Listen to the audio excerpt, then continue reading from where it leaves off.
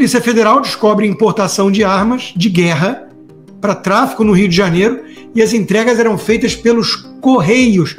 É surreal demais. As entregas eram feitas pelos Correios. Eu acho... Olavo é do Carvalho, melhor canal de corte do YouTube.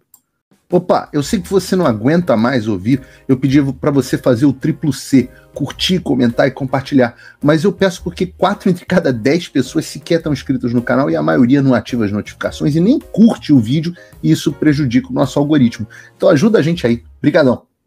Vamos lá, sem mais delongas, eu sempre começo falando de guerra cultural e quando tem alguma coisa que dava puxado o Covid, eu trago aqui. E hoje, o que me chamou a atenção foi isso, né, essa semana. Como ironizou o Leandro Ruschel, meu amigo, é a ciência sim. Pode acreditar, amiguinho. Eis aí o novo projeto do tal do Átila Yamarino, né? Ganhou 15 minutos de fama ali na pandemia, porque foi tratado como voz da ciência pela imprensa que nada entende de ciência, mas que queria impor uma narrativa. Ele estava dando essa narrativa com um selo de alguém que fazia vídeos didáticos sobre ciência, mas pelo visto não entende muito ou sacrifica a verdadeira ciência em nome de outras agendas. E aí está, né? Racismo igual a capitalismo. Esse é o novo projeto dele. Esse é o cara que entende pra burro de ciência e quer justificar o autoritarismo do Estado, porque ele escreveu coluna na Folha de São Paulo à época, por que o autoritarismo era necessário. Ele quer controlar nossas vidas, porque nós não podemos manter o livre-arbítrio numa pandemia, porque senão nós vamos nos matar uns aos outros. Precisamos do Átila como uma espécie de rei filósofo ou czar da ciência brasileira para controlar nosso cotidiano. Ele que diz agora que racismo e capitalismo são sinônimos. Olha, nunca falha. Nunca falha. Todos esses com pinta de picaretas que surgiram com seus 15 minutos de fama, falando aquilo que a imprensa queria para ter esse destaque, né? E defendendo medidas drásticas, autoritárias ao extremo, demonizando quem tinha dúvidas, perguntas, coisa que toda a ciência, o método científico clama por isso. Qualquer aluno básico que leu Karl Popper já sabe que H0, H1, a tentativa da ciência é sempre refutar a tese, nunca confirmá-la, porque senão nós caímos no viés de confirmação. O Átila tem que saber do que eu estou falando. Ele tem que saber, mesmo para ser alguém que é pop em podcasts sobre ciência. E ele, à época, junto com Vera Magalhães, Dória e companhia, eles estavam defendendo basicamente que o Brasil virasse uma província chinesa e demonizando qualquer um que tinha verdadeiro apreço pela ciência. Inclusive vários cientistas, pesquisadores, gente séria, gente com 30 anos de experiência, salvando vidas.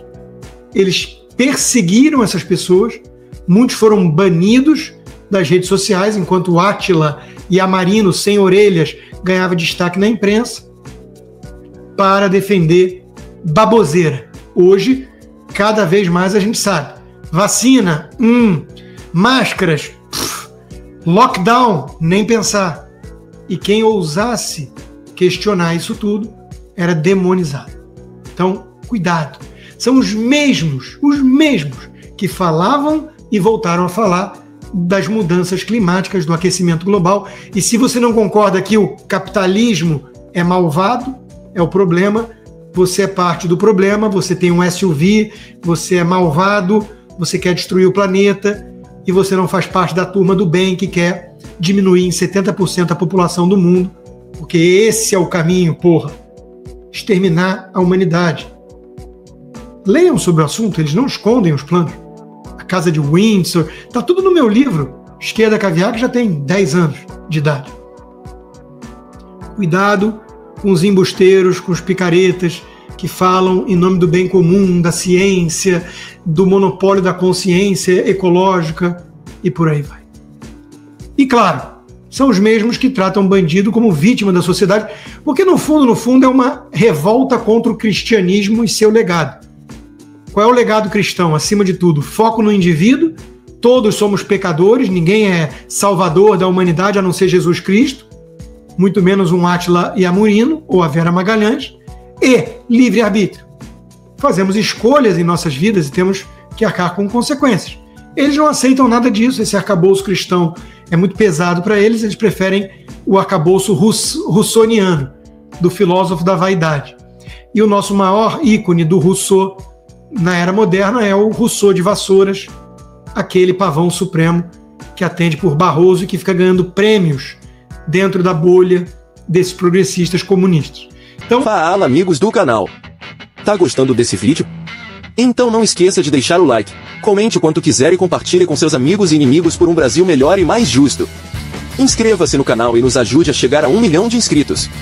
Não saia daí que o melhor desse vídeo ainda está por vir. Melhor canal de corte do YouTube. Então, Polícia Federal descobre importação de armas de guerra para tráfico no Rio de Janeiro e as entregas eram feitas pelos Correios. You can't make this shit up, como diriam os americanos. Não dá para inventar uma porra dessa. É surreal demais. As entregas eram feitas pelos Correios. Eu acho que eu devia ter deixado essa pauta para Lula e Brasil. Mas ela está em guerra cultural porque serve para lembrar como a gente vive um absurdo, um surrealismo em nosso país, todo ele subvertido, invertido em termos de valores morais e entregue às traças e ao crime organizado, enquanto o STF, em conluio com os artistas, Globo, Projaquistão, esse pessoal, eles querem demonizar a polícia e impedi-la de fazer um trabalho sério para combater isso. Entrega de arma, spoiler, não são armas legais. Entrega de armas ilegais pelos Correios para traficantes. E a narrativa vigente da academia, da cultura pop, defende esses marginais como vítimas ou heróis. Os comunistas, com o lumpen proletariado, chegavam a defendê-los como heróis. O quadro do Oi, Titica, era exatamente isso, marginal o herói. Então é isso que a turma defende. Agora, ainda na guerra cultural, eu vou entrar em outro tema espinhoso. Eu já fui cancelado no passado por isso. E, spoiler, eu não ligo. Eu falo sempre o que eu penso e trago algumas verdades incômodas. Então vou voltar a falar da questão do culto histérico do estupro. Tudo virou estupro, uma cantada virou estupro, o mundo ficou chato. Um amigo meu, por exemplo, veio para os Estados Unidos até antes de mim, abriu empresa aqui, contratou um advogado para se adaptar. O advogado deu um dossiê de 20 páginas com recomendações com funcionárias ou clientes mulheres. Exemplo, se tem uma mulher no elevador sozinha, não entra. Não entra. Vai que. Numa sala de reuniões, não fique sozinho com uma mulher. Se a mulher vier abraçar, nunca abrace de volta. Estenda a mão. Enfim, o mundo enlouqueceu, o feminismo, desde a primeira geração, mas vem piorando. É uma revolta contra o homem, contra o casamento, contra o cristianismo, contra a maternidade, a feminilidade, a masculinidade, tudo isso. É movimento de ódio, de ressentimento. E o feminismo está conseguindo destruir o mundo. E uma das formas do feminismo destruir o mundo é incutir a ideia de que todo homem é um predador em potencial, um estuprador à espreita, e que basta a mulher dizer que foi abusada, que pronto. Não precisa mais de devido processo legal, de prova, de presunção de inocência, aquelas coisinhas chatas dos pilares da justiça ocidental. Não precisa de mais nada disso. Só que a gente começou a ver vários casos de denúncias frívolas, inconsistentes, sem evidências, sem provas, que destroem vidas. Destroem vidas. E quem pensa só na mulher nessa equação deve lembrar que existem homens. A mãe pode ter filho, a mulher pode ter irmão, pai. Então é preciso pensar em todos. Eu trago, assim como na vez que eu falei disso com o Leandro Ruja, eu não estava falando do caso específico da Mariana Ferrer, que eu nem sabia quem era, e se mostrou uma picareta, né? Eu estava falando em termos gerais, usando o caso para falar em abstrato de denúncias vazias, nos Estados Unidos as estatísticas dizem que 1 em cada 5 ou 4 mulheres universitárias foram abusadas. Alguém acredita nisso? Você conhece 4 mulheres universitárias, em cada 4, uma sofreu estupro.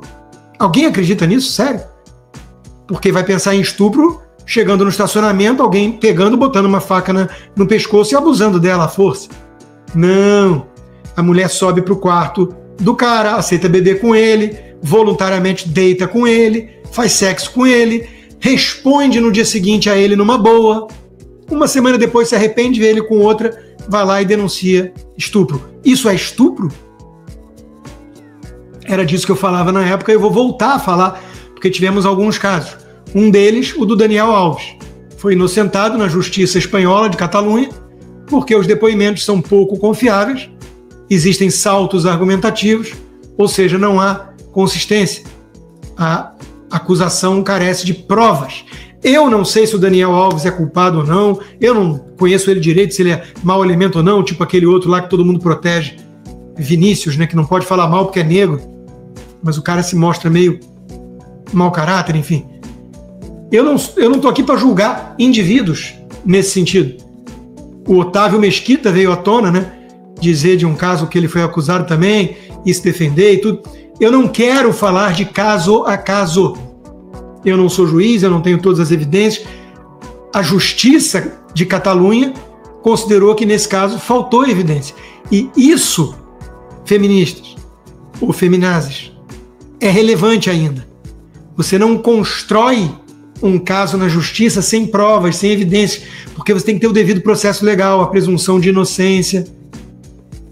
Eu voltei a ver a série do Demolidor, do Daredevil, e o Murdoch é um advogado cego que vira um vigilante depois, um justiceiro, porque a justiça é muito falha.